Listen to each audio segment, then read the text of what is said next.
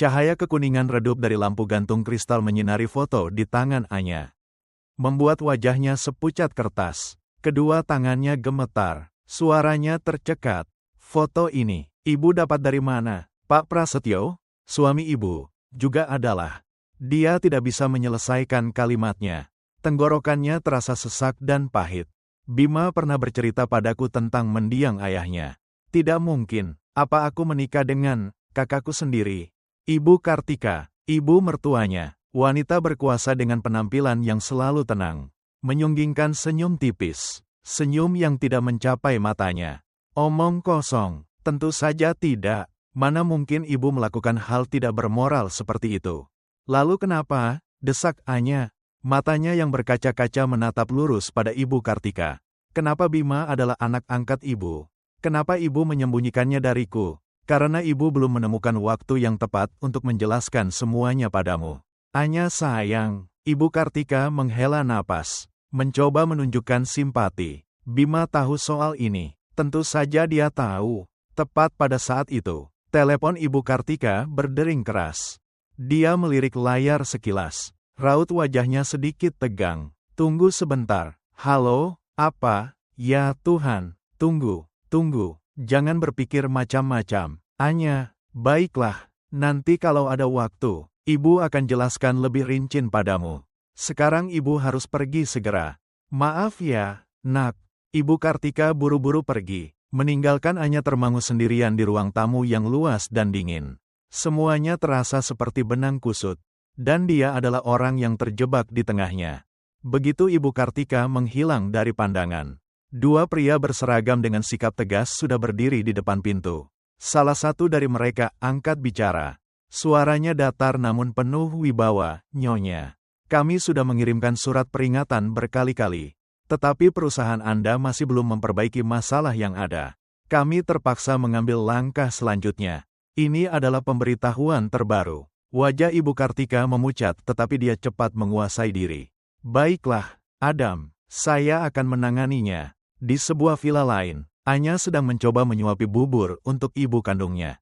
Ibu Maya, yang sedang sakit lemah terbaring di tempat tidur. Lina, asisten rumah tangga, hendak mengambil mangkuk bubur itu.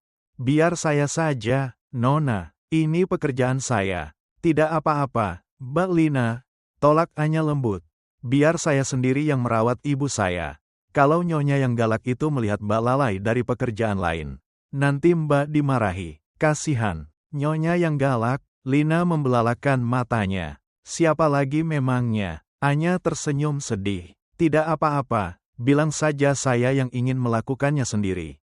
Ibu Maya dengan lemah makan beberapa sendok lalu menggeleng pelan. Anya dengan cemas menyentuh dahi ibunya.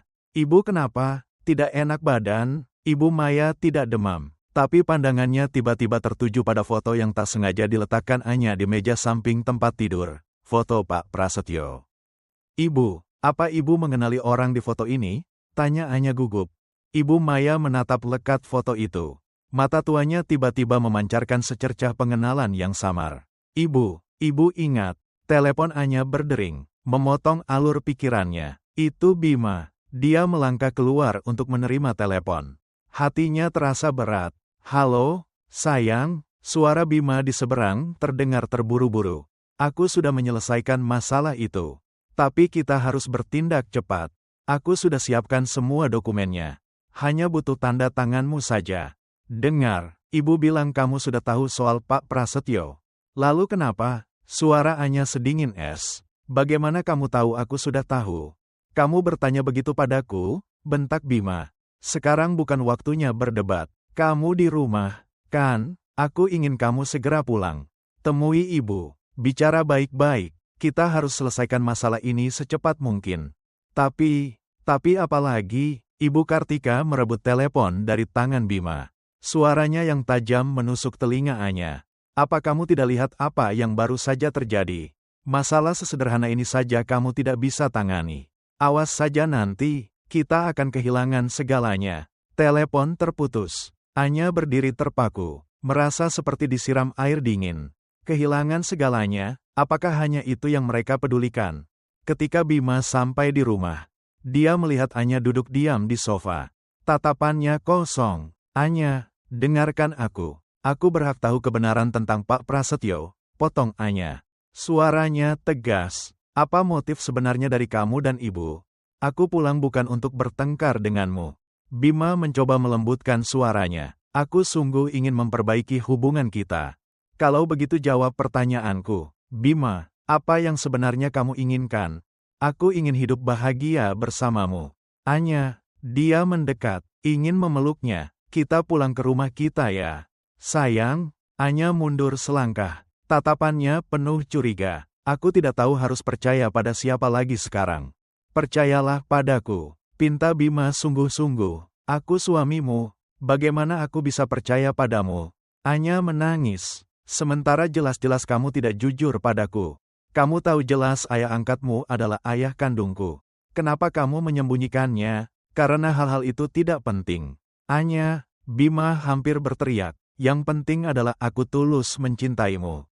Menyayangimu, ingin melindungimu. Pulanglah. Anya memalingkan wajah. Suaranya lelah. Bicara denganmu sekarang sia-sia saja. Bima terpaku. Menatap punggung istrinya yang kesepian. Aku mengerti kamu butuh waktu.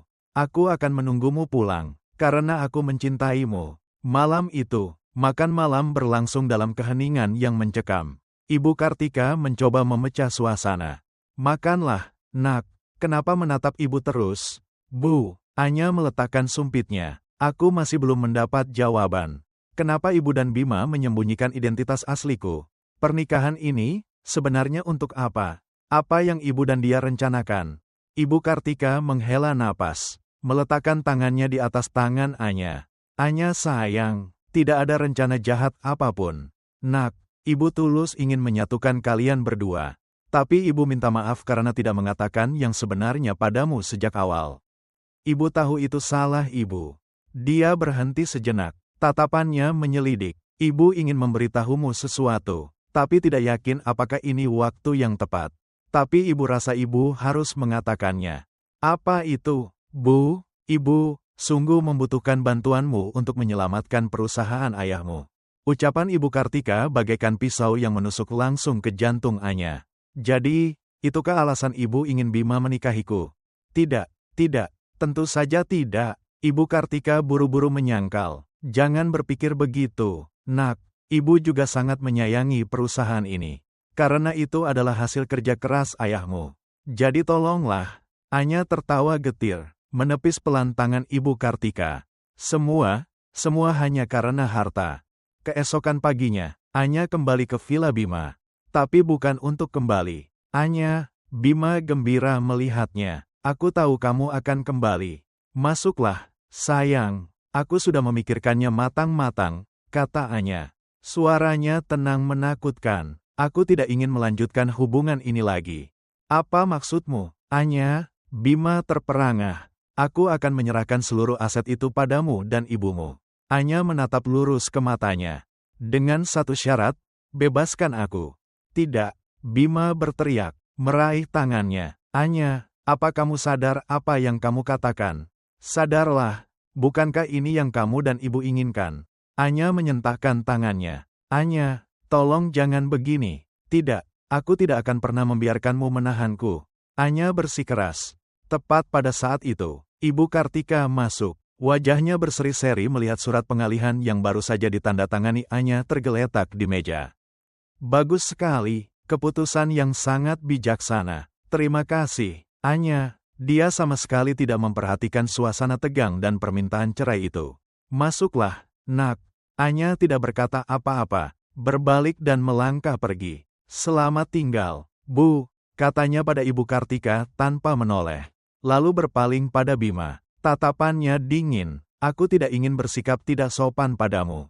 Bima, tepuk tangan terdengar. Riana, seorang wanita cantik tapi dengan tatapan tajam, melangkah keluar dari balik pintu, menggandeng lengan Bima. Halo, calon adik ipar yang batal. Anya hanya melirik mereka sekilas lalu pergi dengan tegas. Ibu Kartika baru menyadari ada yang tidak beres. Anya, kemana anak itu? Anya, dia berpaling bertanya pada Lina yang berdiri di dekat situ. Permisi, Nyonya mencari Nona Anya? Dia di mana? Nona Anya tidak ada di sini. Nyonya, Beliau pergi keluar bersama ibu kandungnya.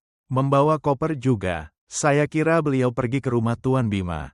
Kenapa kamu tidak mencegahnya? Bentak Ibu Kartika. Kenapa kamu tidak memberitahuku semuanya supaya aku bisa bersiap? Rumah ini besar sekali. Aku tidak bisa mengawasi semuanya. Atau kamu rekrut asisten lagi saja. Ide bagus, kan? Jangan ajari aku apa yang harus kulakukan, hardik Ibu Kartika. Lalu buru-buru menelepon Bima. Di apartemen Bima, Riana sedang memainkan cincin berlian yang ditinggalkan Anya, atau barang berharga lainnya.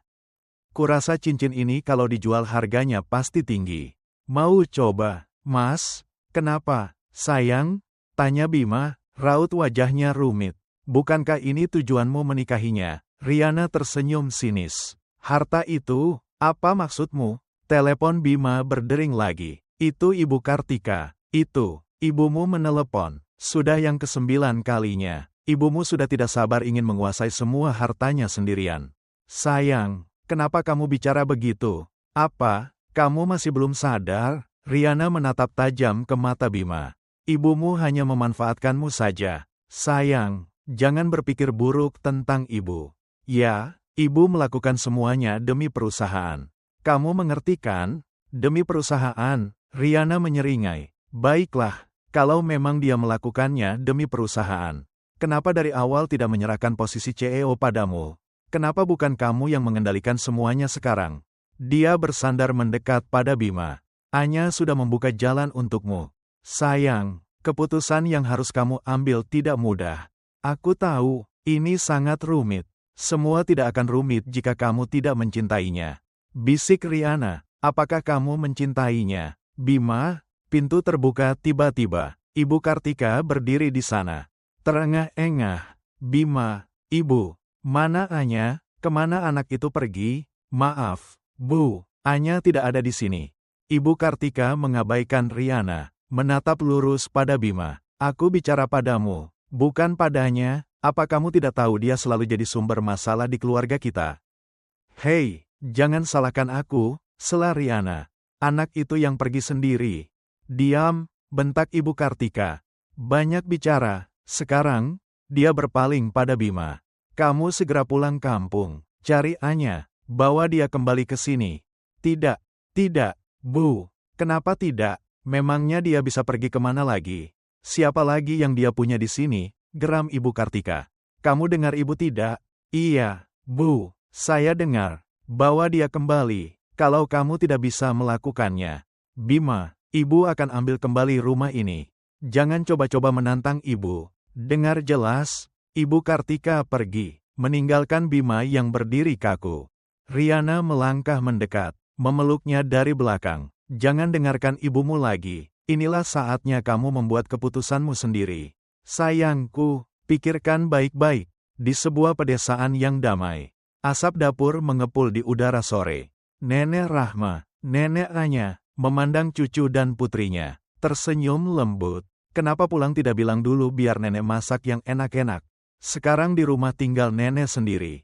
Seadanya saja ya makannya. Ini sudah enak sekali. Nek, kata Anya, mencoba menelan nasi. Nenek Rahma mengeluarkan sebuah gelang perak tua namun berukir indah. Ini dari nenek untukmu. Anggap saja hadiah pernikahan ya. Pakailah. Beliau meraih tangan Anya. Sekarang nenek merasa lega. Semua yang nenek lakukan selama ini. Sekarang melihatmu mendapatkan suami yang baik. Ibumu juga ada yang merawat dengan baik. Nenek sudah puas sekali. Hanya ada satu hal yang nenek ingin pesankan. Beliau menatap dalam mata cucunya. Jangan pernah mengulangi kesalahan ibumu dulu. Ingat pesan nenek. Anya menggenggam erat gelang itu. Air mata mengalir tanpa suara. Kedamaian di sini begitu hangat. Namun masa depan di hadapannya masih segelap kabut malam yang perlahan turun menyelimuti desa kecil itu. Apa keputusan Bima nanti? Dan akankah dia menemukan kebahagiaan sejati setelah semua kebohongan dan luka? Bima berdiri terpaku di tengah apartemen mewahnya. Ancaman ibunya dan tatapan penuh perhitungan Riana bagaikan dua penjepit yang mencekik pikirannya. Kehilangan rumah ini, kehilangan segalanya, bayangan Anya yang pergi dengan tegas. Tatapannya yang jernih namun penuh kekecewaan kembali muncul. Di mana letak kesalahannya? Atau sejak awal, Semuanya hanyalah permainan catur yang sudah diatur di mana dia hanyalah pion. Masih berdiri di situ, Riana melipat tangan. Nada suaranya antara mencibir dan mendesak. Tidak dengar kata ibumu, pergi cari istri kesayanganmu itu. Atau, biar aku bantu. Tatapannya memancarkan bahaya. Bima tersentak. Pikiran membiarkan Riana ikut campur dalam masalah ini membuatnya bergidik. Meskipun Anya telah melukai dan membuatnya marah. Dia tidak ingin Anya mendapat masalah lagi. Terutama dari Riana. Tidak perlu. Desisnya. Mencoba menahan emosi yang bergejolak. Aku akan pergi sendiri. Kalau begitu bagus. Riana mengangkat bahu. Tersenyum miring. Tapi ingat, Bima, kesempatan tidak datang dua kali. Jangan biarkan orang yang sudah ingin membuangmu menahanmu dari masa depanmu yang sebenarnya. Bima tidak menjawab, meraih kunci mobil dan bergegas keluar pintu. Mobil mewah itu melaju kencang di jalan tol, meninggalkan kota yang bising dan berdebu di belakang. Tapi pikirannya lebih kacau dari kemacetan lalu lintas jam pulang kerja. Dia mencari Anya, tapi untuk apa? Untuk membawanya kembali menjadi boneka ibunya. Untuk mempertahankan pernikahan yang sudah hancur. Atau hanya karena dia tidak bisa menerima penolakan Anya. Kehilangan sesuatu yang dia, atau ibunya, anggap miliknya. Semakin jauh dia berkendara menuju pedesaan yang tenang. Hatinya semakin berat. Sinar matahari sore keemasan membentang di jalan desa yang berkelok. Anya sedang duduk di teras rumah. Di samping Nenek Rahma, memandang ibunya, Ibu Maya, yang sedang berlatih berjalan perlahan di halaman dengan bantuan asisten rumah tangga baru yang dipekerjakan di desa. Pemandangan itu begitu damai, jauh berbeda dari suasana menyesakkan dan penuh kebohongan di kota. Gelang perak di tangannya berkilauan di bawah sinar matahari, seolah menjadi pengingat akan asal-usulnya, tentang perlindungan sederhana namun hangat. Tiba-tiba, suara deru mesin mobil terdengar dari kejauhan, memecah keheningan. Sebuah mobil mewah, tampak janggal di tengah pemandangan desa, mendekat dan berhenti di depan gerbang rumah nenek. Jantung Anya serasa berhenti berdetak. Dia mengenali mobil itu. Bima turun dari mobil. Setelan mahalnya dan raut wajah lelah serta tegangnya sangat kontras dengan suasana di sana. Dia menatap Anya, tatapannya rumit, sedikit terkejut melihatnya dalam pakaian sederhana. Wajah tanpa riasan namun memancarkan kedamaian yang aneh. Nenek Rahma menyipitkan mata memandang pemuda asing itu. Lalu berpaling pada Anya. Tatapannya bertanya namun juga penuh kewaspadaan. Ibu Maya juga berhenti melangkah, menatap ke arah gerbang dengan cemas. Bima menarik napas dalam-dalam, mencoba menenangkan emosinya. Dia melangkah ke arah Anya. Anya berdiri, tapi tidak mendekat. Dia menatap lurus ke mata Bima. Suaranya tenang tak terduga. Kamu datang ke sini untuk apa? Aku datang untuk membawamu pulang, kata Bima. Suaranya sedikit memohon. Ibu, semua orang menunggumu. Menungguku, Anya tertawa sinis. Menungguku menandatangani surat pengalihan lagi atau menungguku melanjutkan sandiwara yang kalian buat? Bukan begitu, Anya. Bima melangkah maju. Aku tahu aku dan ibu salah. Tapi tolonglah, beri aku kesempatan. Kesempatan? Potong Anya. Kesempatan untuk apa? Bima, untuk kamu membohongiku lagi. Untuk ibumu memanfaatkanku lagi. Kamu pikir aku masih bisa mempercayaimu? Anya, aku. Bima merasa kata-kata menjadi tak berarti di depan tatapan tegas Anya. Dia melihat sekeliling, melihat Nenek Rahma berdiri di samping Anya. Tatapan mata tuanya tajam, seolah menembus isi hatinya. Kamu suami cucuku, Nenek Rahma angkat bicara. Suaranya dalam dan jelas. Bima sedikit terkejut, tapi tetap membungkuk hormat. Iya, Nek. Kalau suaminya, kenapa membiarkannya pulang sendirian ke sini dengan keadaan seperti ini? Tanya nenek lagi. Tidak terdengar keras tapi setiap kata menusuk harga diri Bima. Bagaimana keluargamu memperlakukan cucuku? Bima gelagapan. Nek, ada sedikit salah paham. Tidak ada salah paham apapun, kata Anya tegas. Bima, aku sudah bilang dengan jelas. Semua antara kita sudah berakhir. Aku sudah mengembalikan apa yang bukan milikku. Pulanglah. Anya, kamu tidak bisa. Bima hampir memohon. Perusahaan, hasil kerja keras ayahmu. Perusahaan itu. Anya menatapnya. Matanya sekilas menunjukkan kesedihan tapi cepat tergantikan oleh ketegasan. Akan lebih baik jika tidak berada di tangan orang-orang yang hanya tahu kepentingan pribadi. Pulang dan katakan itu pada ibumu. Sekarang, silakan pergi. Tempat ini tidak menyambutmu. Bima tertegun menatap Anya, gadis lemah dan rapuh yang dulu dikenalnya seolah lenyap. Tergantikan oleh wanita kuat yang tahu apa yang diinginkannya dan siap melindungi diri. Dia melihat ketegasan yang tak tergoyahkan di matanya. Juga perlindungan dari neneknya yang berdiri di sampingnya. Ancaman ibunya, desakan Rihanna, semua terasa jauh di hadapan penolakan dingin ini. Dia berdiri di sana sejenak, berharap sesuatu akan berubah, tapi Anya hanya berbalik badan, memapa ibunya masuk ke rumah, meninggalkannya sendirian dengan mobil mewahnya dan rasa kalah yang pahit di tengah pedesaan yang tenang. Angin sore bertiup, membawa aroma padi muda, tapi bagi Bima, rasanya dingin dan getir. Dia tahu, kali ini kembali dengan tangan kosong. Kemarahan ibunya dan kepuasan Rihanna adalah hal yang tak terhindarkan. Tapi jauh di lubuk hatinya, ada rasa kehilangan samar yang bahkan dia sendiri tidak bisa menamainya. Perjalanan kembali ke kota terasa panjang dan lebih berat dari sebelumnya. Mobil mewah itu kini terasa seperti sangkar yang pengap, memantulkan dengan jelas wajah lesu dan tatapan kosong Bima. Bayangan Anya yang berbalik pergi. Kedamaian semu di desa kini menghantuinya. Sangat kontras dengan badai yang menunggunya di depan. Dia telah gagal, bukan hanya gagal membawa Anya pulang, tapi sepertinya dia juga gagal mempertahankan sedikit miliknya sendiri.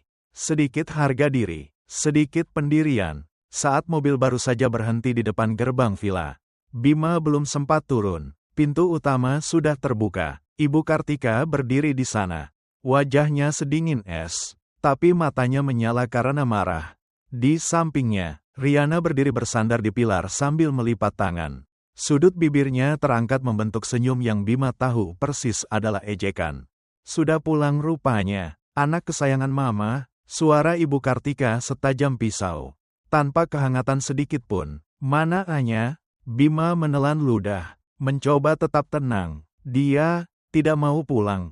Tidak mau pulang? Ibu Kartika tertawa serak, kering, dan menakutkan. Kamu bilang, tidak mau pulang, lalu selesai.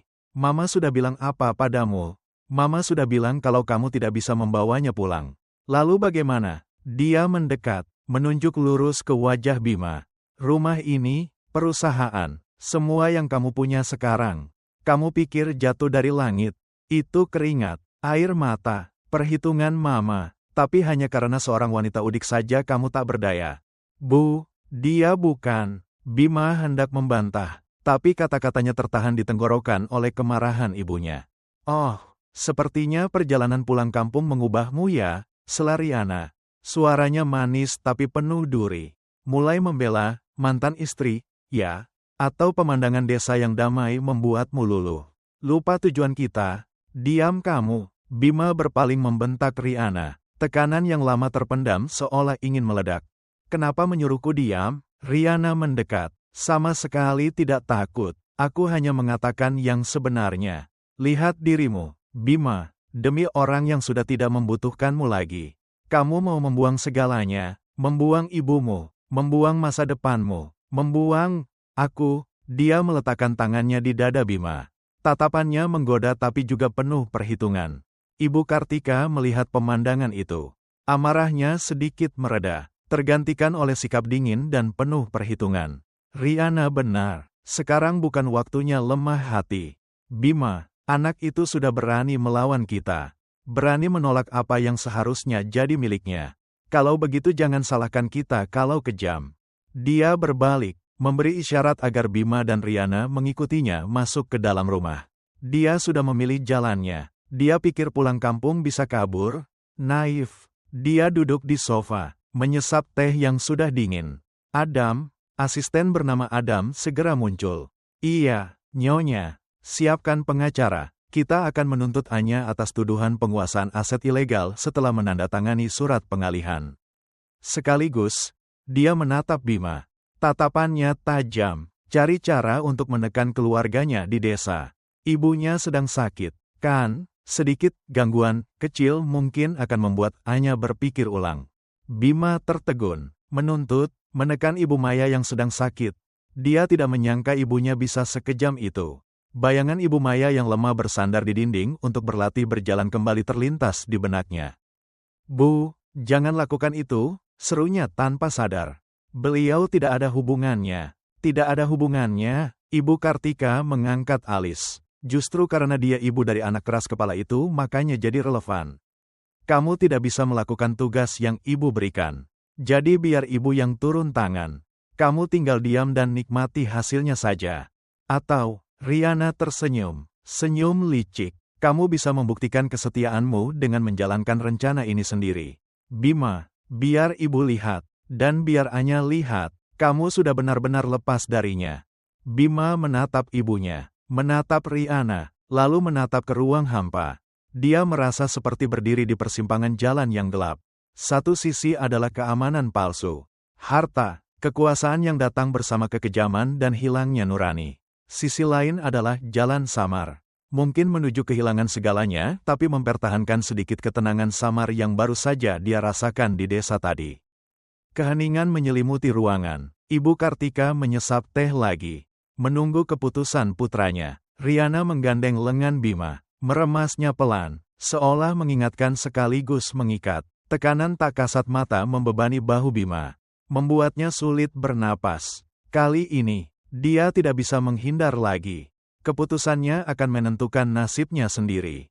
Dan mungkin juga nasib Anya dan keluarganya. Keheningan di ruangan itu semakin pekat. Seberat udara sebelum badai. Semua mata tertuju pada Bima. Menunggu keputusan akhirnya, sebuah keputusan yang dia tahu betul tidak hanya akan menentukan masa depannya, tetapi juga bisa mendorong Anya dan keluarganya ke jurang kehancuran. Dia menatap kedua tangannya, jari-jarinya tanpa sadar mengepal. Bayangan Ibu Maya yang lemah bersandar di dinding. Tatapan lembut namun penuh cemas Nenek Rahma.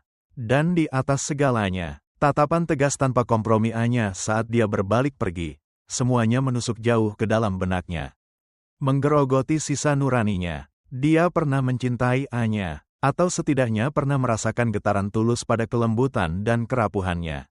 Tapi cinta itu, apakah cukup besar untuk melawan kekuatan uang, kekuasaan, ketakutan akan kehilangan segalanya yang ditanamkan ibunya? Lalu dia menoleh ke Riana. Tangannya masih di dadanya, hangat secara artifisial. Matanya bersinar penuh harap yang menggoda tetapi juga tersirat kendali. Di sampingnya adalah ibunya, wanita berkuasa yang telah membentuk hidupnya. Tatapannya dingin tetapi tidak bisa menyembunyikan ketidaksabaran.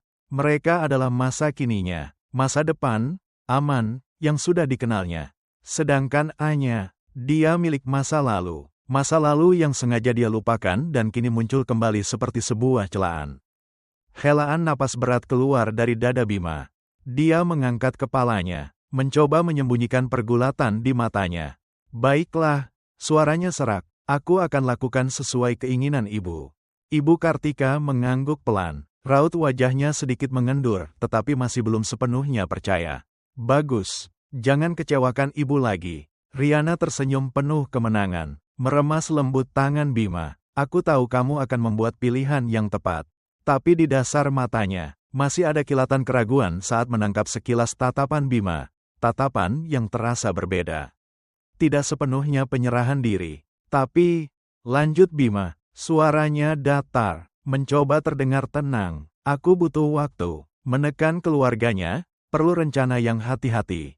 Tidak bisa gegabah, kalau tidak, akan jadi bumerang." Dia menatap lurus ke mata ibunya.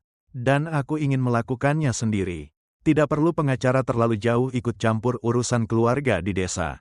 Setidaknya di tahap awal, Ibu Kartika menyipitkan mata menilai putranya.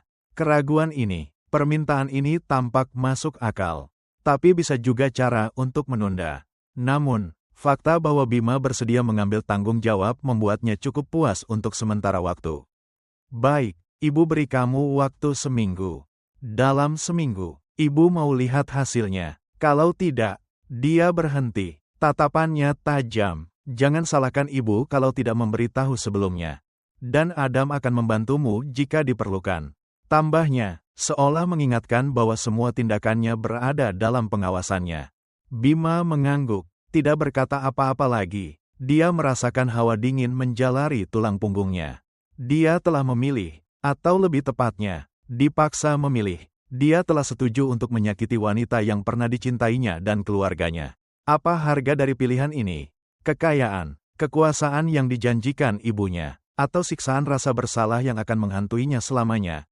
Rihanna menggandeng lengan Bima, menariknya keluar dari ruang tamu. Suaranya berbisik manis di telinganya, "Lihat kan, semua akan baik-baik saja. Sayang, kita akan memiliki segalanya." Bima membiarkan Rihanna menariknya pergi. Matanya menatap kosong ke taman hijau subur di luar jendela.